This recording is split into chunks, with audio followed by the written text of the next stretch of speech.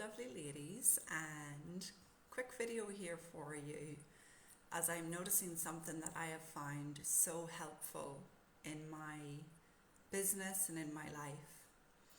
And I think you're going to find it helpful too, because I know many of you are like me and you tend to fall into an energy of rushing or hurrying to get things done.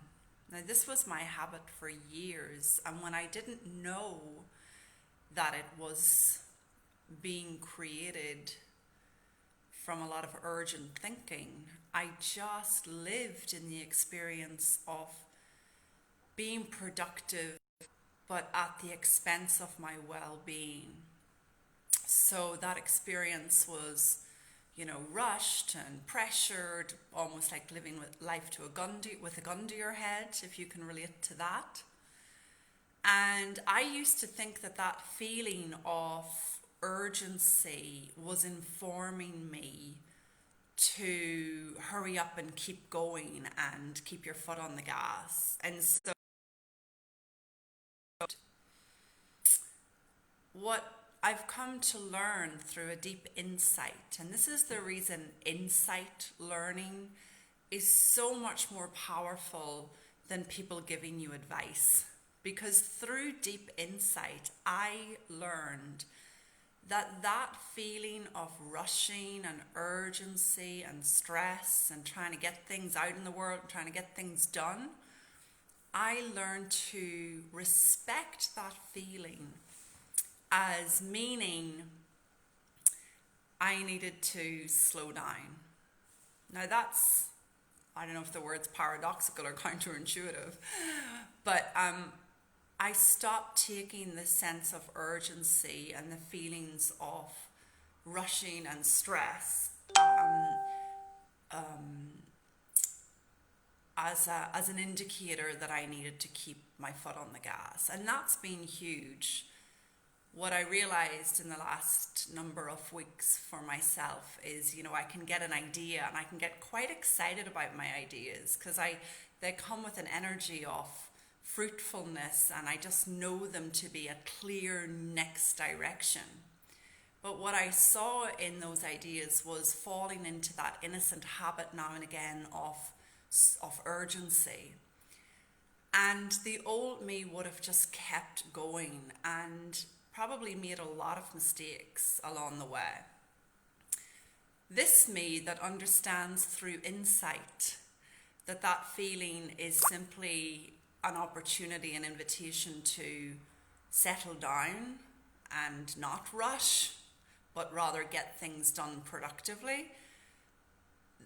This me will instead just notice the feeling of that urgency and simply relax. Maybe if I need to have a sleep in the afternoon, maybe if I need to get quieter and meditate, go for a walk, turn my attention to something else. But the one thing I'll always do nowadays is walk away from whatever I'm getting urgent about. And the old me would have walked and actually run towards it even quicker. Now you might be listening to this and thinking, but Grace, how do you get anything done if you walk away from it? Well, ladies, as you've heard me saying over the years, there is a way to be highly productive and a way to bring your ideas to fruition and a way to be beautifully visible without the expense to your well-being and without needing to be in states of rushing and stress. I think we really learned in our world to associate productivity with stress or a gun to our head. And I'm really taking a stand with all of you and for all of you that a more graceful way of doing your business is available. Now I want to go back to what I shared a few minutes ago on how this shift happened. This was an insight, a sight from within. And I'm always curious about language, and the origin of insight comes from the Scandinavian word. and it literally means wisdom.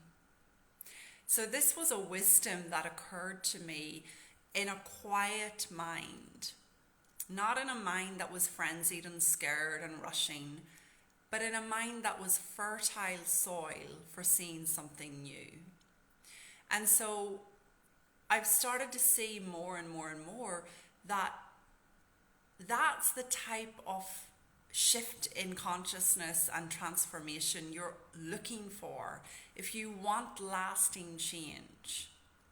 If you want change that you don't need external motivation to get around to, if you want change that you can rely on yourself to continue, you're looking for that insight, you're looking for that wisdom, that seeing of something.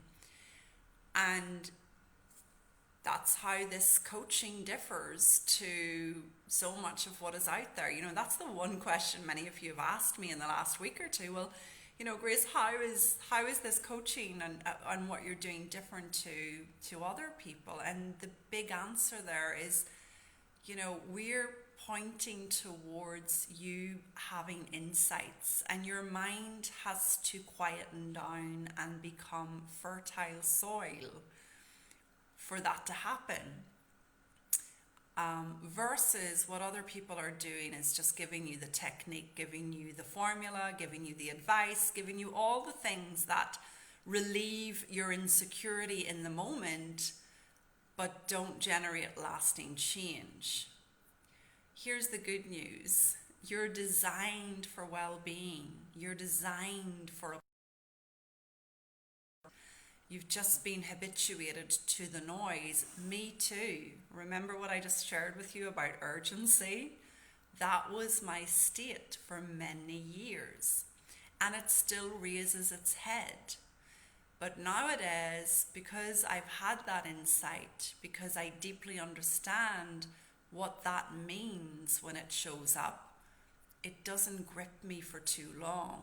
And instead of running all guns blazing towards whatever I think I need to hurry up and get done, I have a more graceful experience of productivity and getting things out there.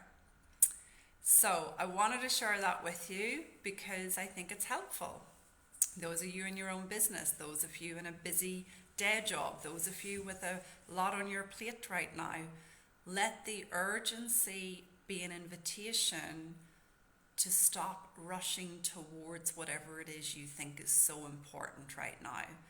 As you settle down, as you come back to center, you will bring a lot more impactful energy to whatever it is you're facing right now. Whether it's an urgent decision to make, whether it's something related to your job, or whether it's something related to business. It doesn't matter.